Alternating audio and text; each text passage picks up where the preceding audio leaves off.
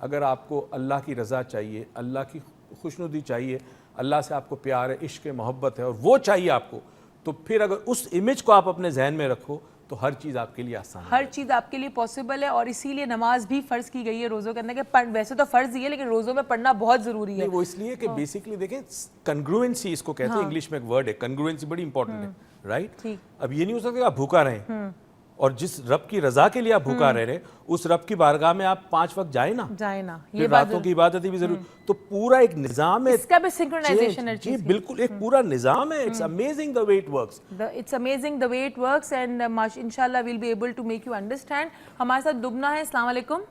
السلام علیکم. رمضان کریم مبارک. کیسے ہیں آپ کو بھی بہت مبارک. جی آپ کی کافی دیر سے میں باتیں سن رہی ہوں. It's a very very wonderful explanation. آپ سمجھیں کہ بہت اچھا, حالانکہ یہ سب باتیں ہم سمجھتے ہیں, جانتے ہیں کسی حد تک, لیکن یہ کہ بہت اچھی طرح آپ نے مطلب جو ڈاکٹر معیز نے جو بھی بتایا اب تک سمجھایا. اور میں ان باتوں کی بیسس پہ اسپیشلی جو لیڈیز ہماری اس وقت اگر آپ کا شو دیکھ رہی ہوں تو ان سے مخاطب ہو کے ایک بات کہوں گی کہ کیونکہ گھر کا نظام جو ہے نارملی وہ لیڈیز ہی چلاتی ہیں, عورتیں ہمارا ایک کانسیپٹ ہے کہ لیڈیز چلاتی ہیں. ہمارے یہاں اگر ان چیزوں کو سمجھنے کی کوشش کی جائے کہ رمضان کا کیا مطلب کانسیپٹ ہے اور رمضان کا کیا ہے, مطلب اس کا اصل کیا ہے, اس کے بجائے ہم کھانے پینے کی طرف اور جو مختلف رسومات ہیں عید کو لے کے اور مختلف تیاریاں اتنا زیادہ اس کو ہیکٹک بنا دیتے ہیں. آپ یقین کریں کہ یہ ساری چیزیں ایک طرف رہ جاتی ہیں اور صرف یہ لگتا ہے کہ ہمارے شہر میں یا ہمارے پاکستان میں رمضان جو ہے وہ صرف کھانے پینے کے حوالے سے آتا ہے. بالکل صحیح. اور آخری کے جو آخری عشرہ ہے مغفرت کا اور اتنی فضیلت کا, اس میں موسٹلی لوگ بیمار پڑے ہوئے ہوتے ہیں اوور ایٹنگ کی وجہ سے. ہم مطلب سمجھنے کی کوشش نہیں کرتے, ہم کہتے ہیں کہ بس بھوکا رہ لیے تو کچھ کھانا ہی ہے بس. بالکل صحیح. اگر عورتیں اس چیز پہ اپنے گھروں میں یہ نظام بنائیں اور اس گھر کو اس طرح سے چلائیں, کیونکہ وہ اگر طریقہ اس طرح کا بنائیں گی انتظام گھر کا, تو ظاہر آدمی تو اتنے وہ نہیں کرتے ان باتوں پہ. بالکل ٹھیک, بالکل ٹھیک. ایک میں ایک پوائنٹ کہنا چاہوں گی کہ عید کے جو تیاری کے حوالے سے کانسیپٹ ہے وہ تو سمجھا جاتا ہے کہ یہ ایک مذہبی فریضہ ہے کہ ہر چیز جو ہے آپ کو سر سے پیر تک نہیں پہننی ہے. اور یہ سوچا یہ جاتا ہے کہ مذہب کے حوالے سے یہ بات بالکل درست ہے, حالانکہ ایسا نہیں ہے. اور اس میں لوگ زکوٰۃ تک کی جو رقم ہوتی ہے اس کی بھی استعمال کر لیتے ہیں اور لوگوں سے مانگتے پھرتے ہیں کہ زکوٰۃ بھی مل جائے تو ہم نئے کپڑے بنا لیں. Thank you so much Lubna, that was a very thought provoking کہتے ہیں نا بات کی آپ نے کہ جی ہم نے تو اس, thank you so much for your call, کہ ہم نے اتنے مبارک مہینے کو کھانے پینے تک کی تو نہیں کہیں وہ نہیں کر دیا لمیٹڈ, اس پہ بھی بات کریں گے. بٹ یہاں لیں گے ایک بہت چھوٹا سا بریک, تو آپ کہیں مت جائے گا کیونکہ بہت ساری باتیں کرنا رہ گئی ہیں. So just stay tuned.